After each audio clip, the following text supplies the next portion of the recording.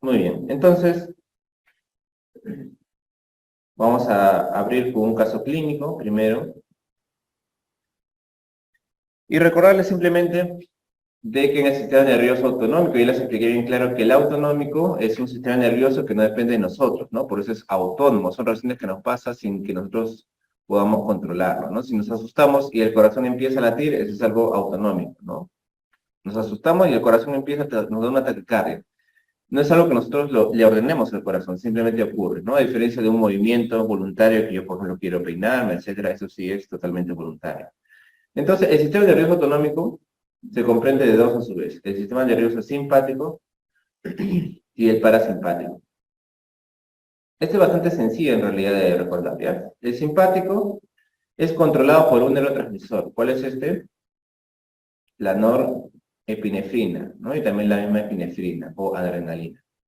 Y el parasimpático es controlado por la acetilcolina. ¿Ya? Entonces simplemente así de facilísimo. Sistema nervioso simpático, norepinefrina o epinefrina y parasimpático acetilcolina. Ahora, lo bueno de estos dos sistemas es que son opuestos casi. Se oponen en las funciones. Entonces eso también hace más fácil todavía recordar. Mientras uno, por ejemplo, hace taquicardia, el otro tiende a la bradicardia, ¿no? Taquicardia como aumento de la frecuencia cardíaca, bradicardia como el lentecimiento de la frecuencia cardíaca. Y ahora vamos a ver las funciones y por qué en realidad son tan opuestos. Bueno, este es un caso que nos ponen aquí, una niña de 12 años sin antecedentes de importancia, se presenta la emergencia con fiebre, dolor de garganta y linfadenopatía cervical dolorosa, ¿no? Parece que es un problema infeccioso. Se diagnostica de faringitis por estreptococo del grupo A, ¿ok? En realidad es un diagnóstico más que todo presuntivo porque no solemos tomar cultivo en realidad para evitar ese germen.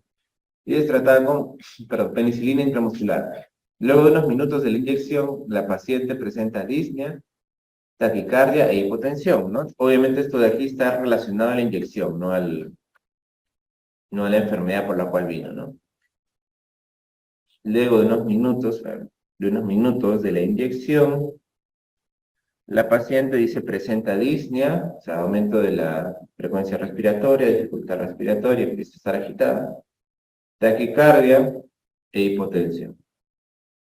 Además presenta sibilancias, ¿no? Tú le auscultas en los pulmones y está silbando, ¿no? Sibilancias.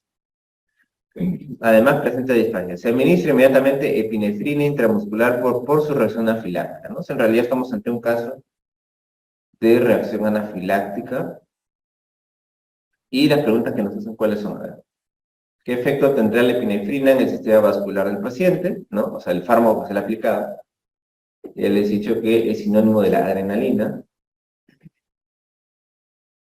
¿Cuál adrenoreceptor principalmente media la respuesta vascular? ¿Qué efecto tendrá la epinefrina sobre el sistema respiratorio? ¿Y qué adrenoreceptor principalmente media la respuesta en el sistema respiratorio? Esas son las preguntas, ¿no? Muy bien, entonces vamos a hablar de las funciones rápidamente, así de manera mnemotécnica, de la función del sistema nervioso simpático y parasimpático, ¿ya?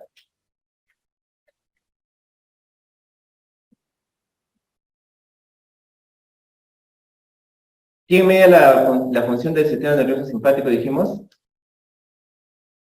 La adrenalina, muy bien. ¿Y del parasimpático? La acetilcolina. Ya eso ya ustedes ya lo saben, no hay por qué ponerlo aquí. Y vamos a empezar. Entonces vamos a hacer una mnemotécnica que siempre nos gusta hacer, ¿ya? Para recordar las principales funciones del sistema nervioso simpático y parasimpático. Entonces, este que dijimos es adrenalina y el otro es acetilcolina. Entonces, como es la adrenalina, también llamada epinefrina, entonces podemos hacer la analogía con lo que sucede, por ejemplo, con un soldado peleando en batalla, ¿ya? Un soldado que está en una batalla, imagínate que está peleando y está pues totalmente arrinconado. Entonces, y obviamente el soldado va a tener gran descarga de epinefrina, ¿no? Esta epinefrina en realidad es muy útil, ¿no? O sea, en realidad, tanto la epinefrina como las endorfinas se dice realmente que potencia nuestra capacidad, según estudios, hasta 10%, ¿no? O sea, si tú tienes una fuerza, pues en este estado vas a tener 10% más de fuerza, 10% más de velocidad, ¿no? O sea, obviamente es una descarga importante, ¿no? Para ayudarnos a la sobrevida o situaciones de estrés, ¿no? Entonces, entonces vamos a empezar a pensar en qué puede pasar en esta persona, en este soldado que está en plena batalla, ¿ya?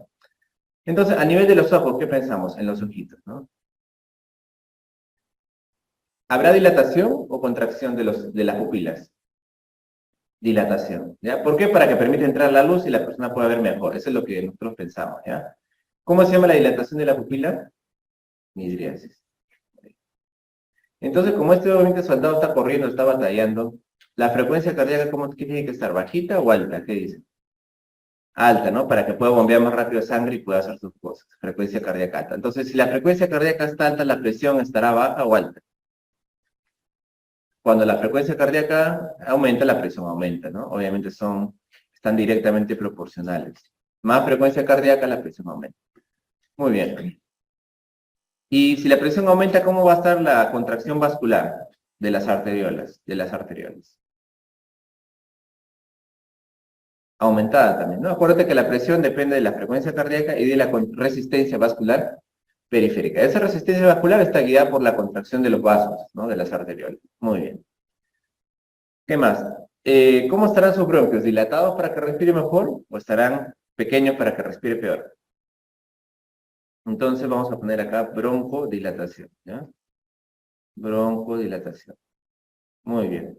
Como está corriendo, obviamente, necesita bastante sangre a nivel del músculo. Entonces, sí existe una vasodilatación muscular, ¿ya?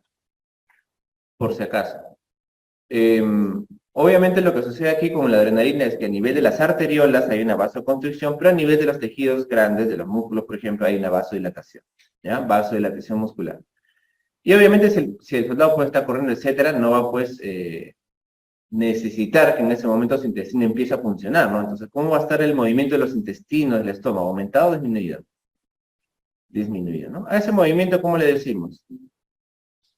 ¿No? Es un término que deben saberlo o seguro lo van a entender en fisiología si llegan a la parte de gastro, ¿no? El peristaltismo, doctor, es el movimiento del tracto gastrointestinal, obviamente, para pasar el bolo alimenticio, ¿no? Y para, obviamente, ayudar a la digestión. Peristaltismo. Entonces, acá, obviamente, va a estar disminuido. ¿Le conviene a ese soldado, digamos, orinarse en plena batalla mientras está corriendo? No, ¿verdad? Entonces, ¿cómo va a estar su esfínter vesical? Contraído, ¿no? Entonces, esta es la vejiga y acá está el esfínter, ¿no? El esfínter obviamente permite la salida de la orina cuando está dilatado, ¿no? Entonces, el esfínter va a estar contraído, muy bien. Y el músculo detrusor es el que hace también, el que está en la vejiga y el que hace que salga la orina. ¿Cómo va a estar? ¿Contraído o relajado? ¿Ya? Entonces, esto es, en general es lo más importante. Ahora vamos a ver un cuadro más adelante más exhaustivo, ¿no? Desde luego también la adrenalina hace que uno se asuste, obviamente eso también hace la piloerección, ¿no? Cuando te dices los pelos de punta, ¿no? Hay una piloerección obviamente ocasionada por la adrenalina, ¿ya? Entonces, nosotros hacemos de manera contraria siempre el parasimpático, ¿ya? El parasimpático entonces, ¿qué va a causar? Miosis, ¿no? Esto que les digo del ver obviamente no es tan así, ¿no? Porque cuando uno tiene midriasis no ve bien, pero así para que recuerden, si ustedes están en una cueva oscura y necesitan ver qué va a pasar, para que entre más luz, ¿no? Va a haber una midriasis. Entonces, ustedes asocienlo así, ¿ya? Entonces, para ver mejor, midriasis. Y miosis, entonces, para el parasimpático. ¿Cómo va a ser la frecuencia aquí? La presión baja, ¿no? La contracción, en realidad aquí no hay mucha acción, ¿ya? Pero vamos a ponerlo como si estuviera baja. A nivel de los bronquios va a haber bronco, lo contrario, broncoconstricción. Entonces, los bronquios van a disminuir de tamaño, o sea, van a cerrarse y la persona le va a empezar a faltar el aire. Broncoconstricción. Estamos hablando obviamente de manera teórica para que se recuerde, ¿no? Acá tampoco no hay una acción exacta, acá sí, ¿no? El sistema nervioso peristaltismo, el sistema nervioso parasimpático, y por lo tanto la acetilcolina está encargada de aumentar el peristaltismo. Y acá también las secreciones glandulares, que no le hemos puesto, ¿ya? Secreciones glandulares, de la saliva, por ejemplo, la salivación. ¿Te das cuenta? Entonces, de esta manera te aprendes rápidamente las funciones. O sea, cuando tú salivas, eso depende del parasimpático. Más bien el simpático no. ¿Ya? Ese es por el tema por el cual las personas que tienen ansiedad, muchas veces, ¿cómo sienten el sabor de la boca? ¿No les han contado cuando hay su abuelita así que le dicen? Amargo, ¿no? Entonces, ¿qué te dicen? Estoy mal del hígado, dicen, ¿no? Pero no, pues.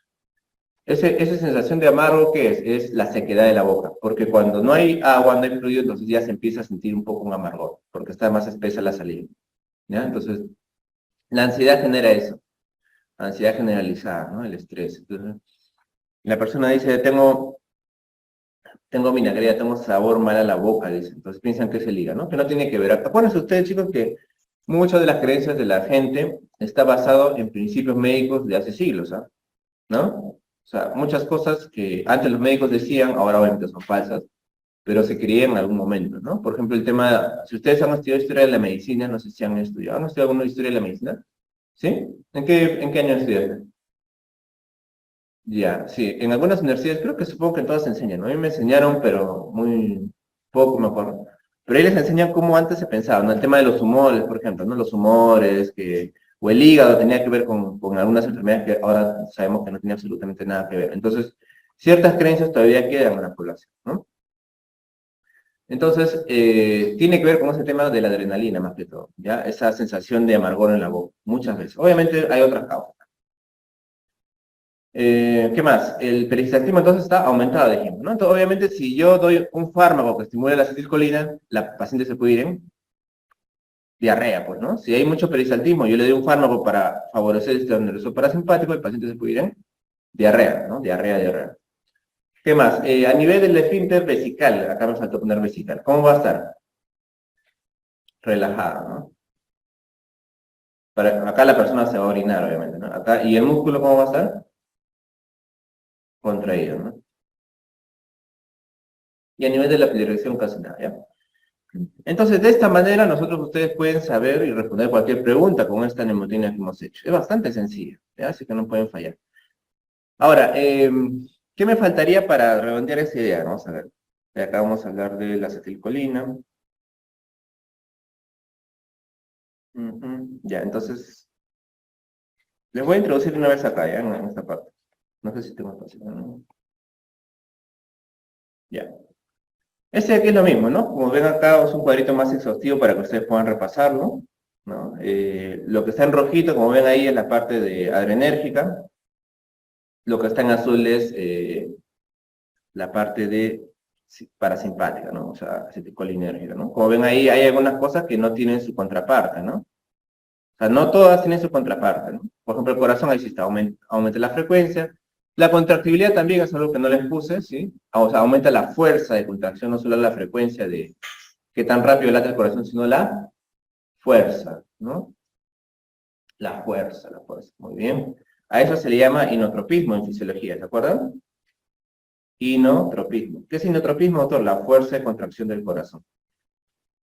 ¿Qué más? Cronotropismo es la frecuencia de crono, acuérdate, del tiempo. Cronotropismo. ¿Ya? Y dromotropismo es la conductibilidad. Dromotropismo. Conductibilidad. O sea, ¿qué tan rápido conduce el impulso eléctrico? ¿Ya? Entonces, si queremos decir la adrenalina o la epinefrina, genera un efecto inotrópico positivo o negativo. Adrenalina positivo, ¿no? Cronotropismo positivo y dromotropismo positivo. Y así también pueden ustedes hablar sobre los efectos de la adrenalina. Y obviamente la acetilcolina hace lo contrario, ¿no? Cronotropismo negativo, dromotropismo negativo y inotropismo. Muy bien. Ahí está lo de la dilatación. Como pueden ver por acá, ¿no? La contracción de la pupila, la dilatación de los bronquios es adrenérgico, ya dijimos, y la constricción es colinérgico, ¿no? Como ven aquí, la estimulación de las glándulas lacrimales, ¿no? Al llorar es netamente parasimpático, no tiene su contraparte simpática, o sea, no quiere decir que el simpático, ¿no? Va a secarlo necesariamente, ¿no? En cambio, por ejemplo, en las glándulas salivales sí, ¿no? Acá sí tenemos la parte colinérgica y su contraparte simpática que sí seca, ¿no? Como dice ahí, seca la salivación. ¿Ya? Por lo tanto, la persona obviamente puede tener menos salivación. Muy bien. Y entonces, este es el cuadrito obviamente que también lo habíamos visto. ¿Se acuerdan ustedes? ¿Se acuerdan cuando revisamos la serotonina? ¿De dónde derivaba de qué aminoácido esencial la serotonina? ¿Ah? Triptófano, ¿no? Muy bien. Entonces, también les pueden preguntar, ¿no? En los exámenes, oye, ¿dónde deriva la epinefrina? La tirosina, ¿no? De la tirosina también puedes decir dopa, pero más que todo tirosina. Acá están las reacciones que ya hemos hablado, ¿sí? La tirosina que se convierte en dopa, la dopa que se convierte en dopamina, y la dopamina se convierte en noradrenalina. que a su vez se puede transformar en la adrenalina. Ya, dijimos que habían algunas enzimas que las degradaban. ¿Se acuerdan cuáles eran las enzimas que las degradaban? ¿Se acuerdan? A ver. ¿Qué enzimas degradaban a la dopa, a la epinefrina? Habían dos, ¿no? Una era la MAO y otra era la COM. Muy bien. ¿Qué significa MAO? Monamina oxidasa, catecol. Acuérdate del núcleo, ¿no? El núcleo se llama catecol, por si acaso. Ese núcleo bien bonito se llama catecol. Catecol oximetiltransferasa, ¿no? Catecol oximetiltransferasa. ¿Ya? Esas son las dos enzimas que ahora seguro las vamos a ver otra vez. Muy bien. Acá estamos, sí, justamente. Ya, entonces le voy acá de una vez a introducir la parte quizás un poco también importante, esta es la segunda parte más importante de este capítulo, y tiene que ver con un concepto que ya hemos estudiado en la parte de farmacodinámica.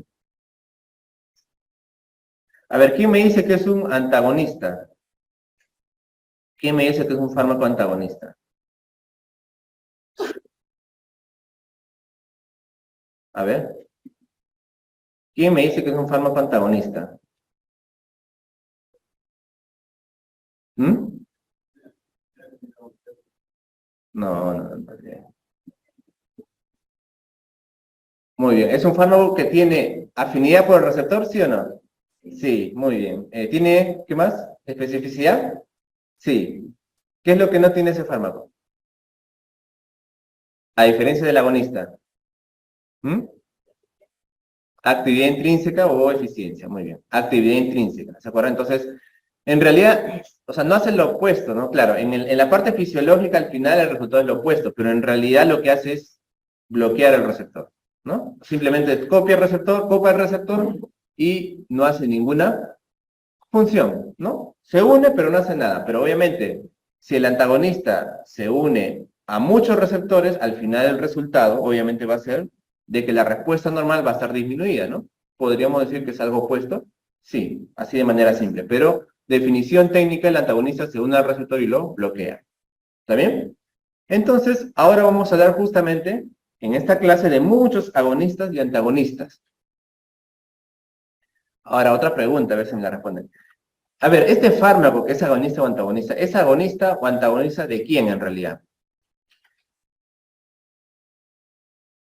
¿De quién es agonista o antagonista? ¿Mm? Podríamos decir del receptor, ¿sí? Pero también de un ligando, ¿no? ¿Qué es ligando? Ligando es la molécula normal que debería unirse con el receptor. Por ejemplo, en este caso, si hablamos del sistema adrenérgico, chicos, ¿quién sería el ligando? La adrenalina o la noradrenalina. Muy bien. Entonces, ¿a quién antagoniza este fármaco? A la noradrenalina o la adrenalina. ¿Ya? Muy bien.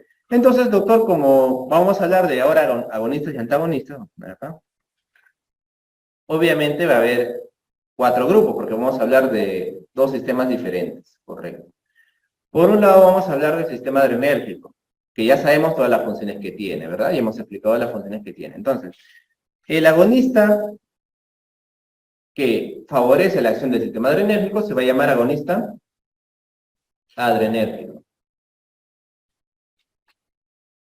¿Quién es el agonista? Un fármaco, ¿verdad? El agonista es un fármaco. Muy bien. Y el antagonista le diremos antagonista adrenérgico. Adrenérgico. ¿Ya?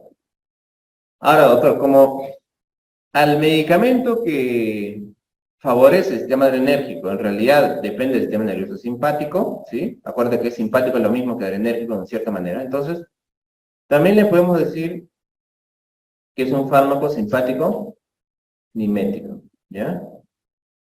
Mimético por mimesis, que quiere decir similar, ¿no? Mimesis, similar, ¿no? Simpático mimético. Ah, entonces también le puedo decir, este es un fármaco simpático mimético porque es un agonista del sistema adrenérgico. Sí.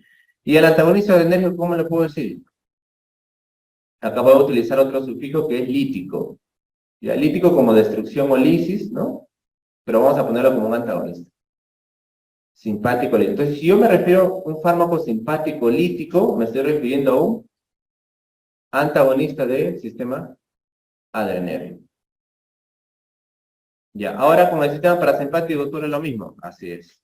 ¿Cómo le llamo al que favorece la acción de la acetilcolina? Agonista colinérgico. Colinérgico. Y el antagonista, antagonista colinérgico. Pero ¿y cómo se llama el sistema que depende de la acetilcolina, dijimos? ¿Cómo se llama el sistema? Parasimpático, pues, ¿no? Simpático, parasimpático. Parasimpático, parasimpático. Entonces también le podemos decir parasimpático mimético. Fármaco parasimpático mimético. Ah, ya, ya. Y acá también parasimpático lítico.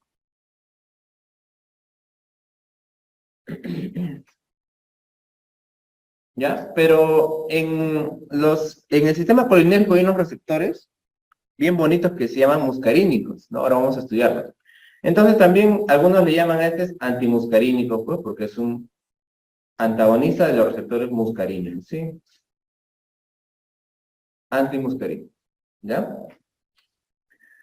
Podríamos, sí, esto complicarlo un poco más, pero vamos a dejarlo más adelante, acá nomás, ¿ya? Entonces, estos son los medicamentos que ustedes, o sea, es la manera de poder decirles, ¿no? Entonces, vamos a mencionar uno, ¿ya? A ver, vamos a mencionar, por ejemplo, al salbutamol, ¿qué les parece, ya? El salbutamol, que es para el asma, ahora vamos a hablar más de él, obviamente, en la clase también de respiratorio. El salbutamol es un fármaco que favorece la acción a nivel del receptor beta 2 adrenérgico. Entonces, si favorece, ¿qué tipo de fármaco es? Agonista adrenérgico. O también, ¿cómo le puedo decir? Simpático mimético. ¿Ya? Por ejemplo, la atropina es un fármaco que lo uso para contrarrestar el efecto de la acetilcolina, obviamente en pacientes intoxicados. Entonces, si uso para contrarrestar el efecto, ¿qué tipo de fármaco es la atropina?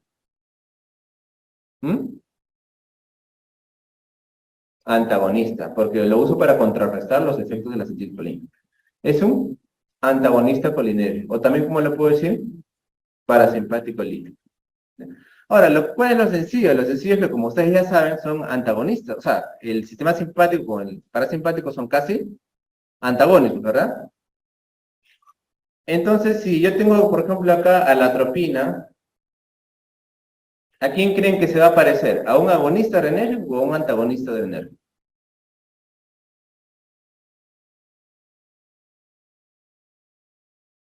¿A quién creen que se va a parecer? ¿A un agonista adrenérgico o a un antagonista? A un agonista adrenérgico. Y viceversa, ¿no? ¿Por qué digo esto? Perdón, ¿por qué digo esto? Porque obviamente las propiedades de cada uno son similares, ¿no? O sea, si el antagonista colinérgico va a ser parecido a un adrenérgico, obviamente. Y acá también puedo hacer acá lo mismo, ¿verdad? Porque el adrenérgico con el colinérgico, ¿cómo son? Opuestos, ¿no? Son opuestos. Si uno hace meiosis, el otro hace midriasis. Oye, ¿tú crees que la atropina entonces, qué crees que va a hacer en el ojito la atropina? A ver, sin saber, sin que te haya enseñado. ¿Qué va a hacer la atropina? ¿Midriasis o meiosis? ¿Midriasis o meiosis? Midriasis. ¿Ves? Porque es un antagonista colinérgico y ya sabemos que es similar a un agonista adrenérgico. ¿Ya ven? O sea, esto todavía se facilita mucho más. Y con eso ustedes pueden responder muchas preguntas que siempre hacen en los exámenes. Por eso les decía que esta clase de acá es muy importante para ustedes, de fármaco, porque es una de las que más hablamos de agonistas y antagonistas. Van a ver que por ahí avanzamos y ya no hablamos tanto de esto, porque este es el ejemplo clásico de lo que es agonista y antagonista, ¿no? Entonces, te pueden poner, ¿no? ¿Cuál genera aumento de frecuencia cardíaca? Te ponen claves, simpático lítico, simpático mimético. Te ponen así, ¿no? 1000 sinónimos y tú te puedes marear, pero si ya sabes la base, es fácil responder. ¿No? O sea, o paciente toma un medicamento y le genera miosis, broncoconstricción, ¿no? ¿Qué medicamento lo siguiente es? Y te ponen alternativas, agonista adrenérgico, antagonista adrenérgico, ¿no? Entonces, ahí puedes tú, obviamente, ver. ¿Quedó claro? ¿Sí? Más o menos. Ahora vamos a hablar un poco más, obviamente, en profundidad, porque este es un resumen solamente para poder comprender rápidamente. Muy bien, esto es lo mismo que hemos revisado ahora con la serotonina. Mira, todo es igualito, ¿no? Es una neurona que tiene su aminoácido elemental, que posteriormente se va transformando al compuesto que va a generar, en este caso, la N, ¿qué significa? Norepinefrina. Ya, ustedes ven esto en fármaco, ya, norepinefrina. Y la norepinefrina va a salir entonces a través así de granulitos, ¿no? A través de la repolarización con calcio, de la despolarización con calcio, perdón. Y obviamente la norepinefrina, que es el ligando, acá también tiene sus receptores, ¿no? Todo en fármaco es casi receptor, como ustedes también. Bueno, esto es lo que ya habíamos dicho sobre la MAO, ¿no? En realidad cada uno de ellos tiene un nombre especial, ya, o sea, es un poco más complicado de lo que parece, pero en realidad esto de aquí no es tanto para que lo aprendan, más que todo para que sepan, pero no tiene utilidad farmacológica, o sea, por eso, ¿no? Pero mira, la epinefrina, cuando es alterada por la COM, da la metanefrina, ¿no? Y cuando es alterada por la monoaminoxidasa, me da un resultado que se llama ácido hidroximandélico, ¿no?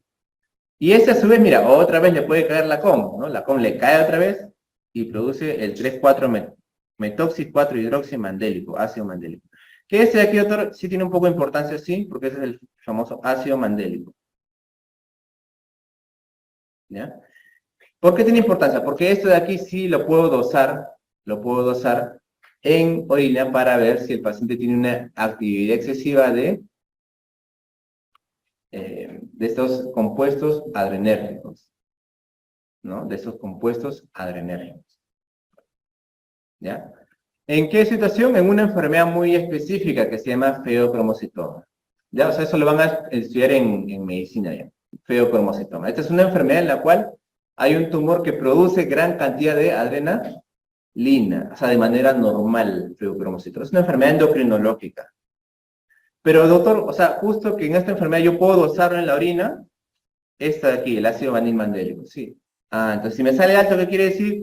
Que tiene bastante epinefrina y norepinefrina porque su derivado está alto en la orina. ¿Ya? Obviamente lo hago porque no se puede dosar epinefrina en la orina, pues obviamente, ¿no? Y por ahí ustedes pueden ver que también la dopamina también es un compuesto derivado del catecol y también tiene sus vías y sus derivados, ¿no? Y las metanefrinas que ven arribita también se pueden dosar estas así en sangre, ¿ya? Y también me sirve para diagnosticar el feocromocitoma, ¿ya? Entonces, por ahí sí tiene una utilidad un poco clínica. Muy bien, entonces, ahora vamos a revisar los principales receptores adrenérgicos, ¿ya? Entonces, los receptores adrenérgicos, o sea, de la noradrenalina y de la adrenalina, están bien tipificados, ¿ya?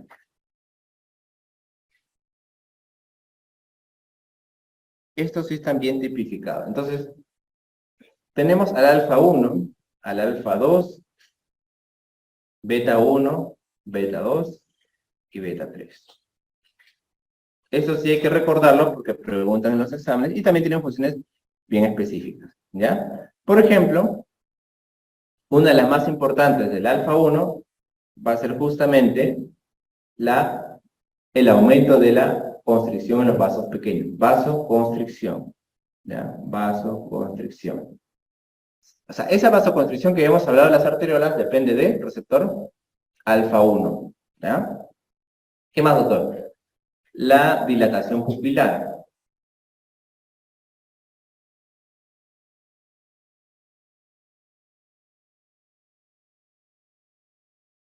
¿Ya? ¿Qué más? La piloerección. ¿No? Ya saben lo que es la piloerección cuando el vello no se para. Piloerección. Y también una función importante, que vamos a ver más adelante, contracción de la próstata. Ojo, ¿ya? Contracción de la próstata. ¿Qué más? El alfa 2 tiene entre sus funciones, vamos a ver acá, agregación plaquetaria. ¿Qué es la agregación plaquetaria? Simplemente cuando las plaquetas se van a juntar entre ellas, ¿no? Van a abrazarse las plaquetas. Esa es agregación plaquetaria. Bueno, luego tiene una función muy importante, ¿ya? Que esto sí quiero que recuerden, que es inhibición de la liberación adrenérgica. Ojo, lo pongo en mayúsculas. ¿Por qué, doctor? Porque esta función es opuesta, o sea, es un antagonista prácticamente de la función adrenérgica. Ojo, ¿eh? Mira, el alfa 2 tiene una función que es inhibidora de la liberación adrenérgica, o sea, me va a ocasionar lo contrario de la función adrenérgica, ¿ya? Me va a bajar la presión, por ejemplo. Ojo, este es un receptor especial que es el alfa 2, ¿ya? Obviamente, la mayoría de medicamentos favorecen todo el sistema, y obviamente la adrenalina va a ganar la parte alfa 1, ¿sí? Pero la parte llamada alfa 2 sí tiene una inhibición de la liberación adrenérgica, ¿ok? Inhibición de la liberación adrenérgica. Luego tenemos el beta 1 que es muy importante, este es muy importante, porque favorece toda la parte del corazón. Le puedo poner simplemente corazón así nomás porque ustedes ya saben qué sucede en el corazón a nivel del sistema adrenérgico. ¿Qué sucede en el corazón? ¿Se acuerdan? Aumenta la frecuencia cardíaca, aumenta la fuerza de contracción y la conductibilidad. ¿Está bien? Entonces, beta 1, voy a poner corazón ahora. Ustedes ya saben, ya, para no llenarnos de línea. Listo. El beta 2, eso sí, el beta 2 tiene otra función importante en los bronquios. Vamos a ponerlo acá. Si quieren, complétenlo, no se preocupen. Ya, ¿qué generan los bronquios? El sistema adrenérgico, dijimos. Broncodilatación. Ya, entonces, fácil, mira, beta 1 corazón, beta 2 bronco, ya. Pulmón, ya si quieres, para hacerte más fácil. Ya, pero ya sabes que la función, sobre todo, es en los bronquios, ¿no? ¿Qué más? Favorece el reingreso de potasio, ¿ya? Reingreso de potasio a la célula. ¿Ya? Esto, en realidad, lo único que tienen que recordar de manera simple es de que favorece que el potasio salga de la sangre y vuelva a la célula. Entonces, cuando yo te tomo una concentración en la sangre, ¿cómo va a salir el potasio? ¿Alto o bajo si actúa el beta 2? Bajo, ¿ya? Porque el potasio no disminuye, pero se va ¿a dónde? A la célula. Entonces, en la sangre sí disminuye. En la sangre, obviamente. Pero en el cuerpo no, pues, ¿no? Pero en la sangre sí disminuye. Ah, ya. Otra cosa que también hace aquí es activar la glucogenólisis. Activa la glucogenólisis en el hígado. ¿Qué es la glucogenólisis, doctor? La destrucción del glucógeno. Destruye el glucógeno y por lo tanto va a haber, ¿no?, más glucosa, ¿no? Destruye el glucógeno, que es la forma, ya sabes tú, macro, que se almacena la glucosa, ¿no? A nivel del beta 3, ¿qué pasa? Activa la lipólisis. También va a ser la destrucción de la grasa, ¿no? Y también relaja el músculo detrusor, ¿no? La vejiga, ¿se acuerdan? ¿Ya? Relaja el músculo detrusor, ¿ya? Entonces, en cuanto a la lipólisis y a la lipogénesis, ¿no? Eso tiene que ver con la parte del tejido graso, ¿no? El tejido. ¿Qué es la lipogénesis? A ver. Lipogénesis. ¿Mm? ¿Génesis qué es? Creación. Entonces, síntesis de lípidos, ¿no? Pero en este caso, lipogénesis es síntesis de tejido graso. O sea, cuando nosotros engordamos, tenemos lipogénesis. Y lipólisis es cuando las células del tejido graso se degradan. Muy bien. Entonces, yo les voy a poner este ejemplo, ya que es bien interesante. La insulina, ¿han escuchado de la insulina? Ya, deben haber escuchado porque ahora es fármaco, pero también beneficia, ¿no? ¿Qué hace la insulina? ¿Lipogénesis o lipólisis? Lipogénesis, muy bien. Entonces, si la insulina hace lipogénesis, se podría decir que la insulina engorda, ¿verdad? ¿Sí? Ya. Entonces, cuando una persona, te imaginas que estoy hablando ya un poco de clínica, ¿no? Para que por ahí les interese, tengan la duda y puedan investigar más, ¿no? Tú sabes que nosotros tenemos un requerimiento de kilocalorías, más o menos, ¿no? Entonces, ese requerimiento de kilocalorías que tenemos todos, podemos nosotros satisfacerlo con, en realidad, casi cualquier cosa, ¿no? Mejor dicho, o sea, tú puedes comer proteínas, ¿no? Pero tú podrías cumplir ese requerimiento de kilocalorías solo tomando gaseosa, ¿sí o no? ¿No? Porque, claro, al final tiene glucosa y las calorías cuentan y puedes llegar a eso. Pero ¿cuál sería el problema de eso? Obviamente la calidad de nutrientes que tú comas, ¿no? Por eso que no solo es importante las calorías, sino también lo que tú comes. Pero el gran problema más que eso es que cuando tú comes, o sea, tú consumes glucosa, ¿qué pasa con la insulina? Aumenta, pues, ¿no? Porque yo te meto a ti, por ejemplo, 4 litros de Coca-Cola, obviamente tu glucosa, ¿cómo va a estar? Siempre va a estar bien. ¿Por qué va a estar bien? Porque la insulina dale que dale, ¿me entienden? Entonces, no importa si yo te metes 5 litros de Coca-Cola, tú vas a poder controlar tu nivel ahorita, obviamente, ¿no? Porque si tú aumentas de peso, etcétera, ahí ya no vas a poder. Pero ahorita que estás joven, vas a poder controlarlo. Pero ¿cuál es el costo? Que la insulina va a liberarse. Entonces, si la insulina se libera, ¿qué va a pasar? Lipogénesis. Lipogénesis. Y eso ayuda a la resistencia a la insulina. ¿Se dan cuenta? Entonces, No digan que, yo como mis dulces y como mi glucosa está bien, chévere, no. Pues. La insulina tiene, o sea, entre sus efectos, también favorecer el tejido graso. ¿Ya? Entonces, esa es la razón por la cual tú puedes engordar no solamente comiendo grasa, ¿no? Que como grasa engordo, no. También comiendo carbohidratos, ¿te das cuenta?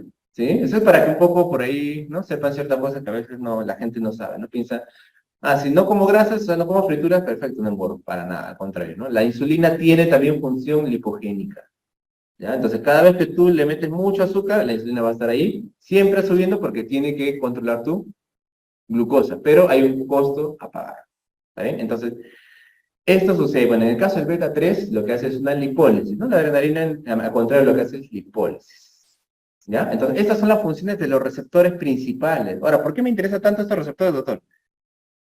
Porque ahora en la clase vamos a conocer un montón de fármacos que actúan a nivel de cada uno de estos receptores, ¿ya? Muy bien. A ver, vamos en la diapositiva 15. Ya vamos a acelerar un poquito. Entonces, aquí están las funciones también de manera más exhaustiva, ¿no? Como tú puedes ver aquí, lo que te pongo a la derecha es el sistema nervioso parasimpático y acá está el simpático, ¿no? Todas las funciones que acá hemos visto casi siempre tienen su contraparte, hemos dicho, ¿no? Su contraparte en el sistema parasimpático. Y el sistema parasimpático, doctor, también tiene sus receptores. ¿Cómo se llaman sus receptores? Muscarínicos.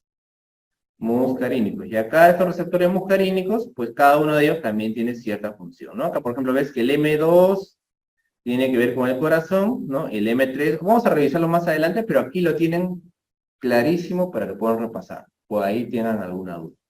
¿Ya? Entonces también en la parte del sistema gastrointestinal, ¿no? ¿Quién favorece las secreciones? Acá está, ¿no? El M3 también, ¿ya? Entre los principales. Ahora vamos a adelantar.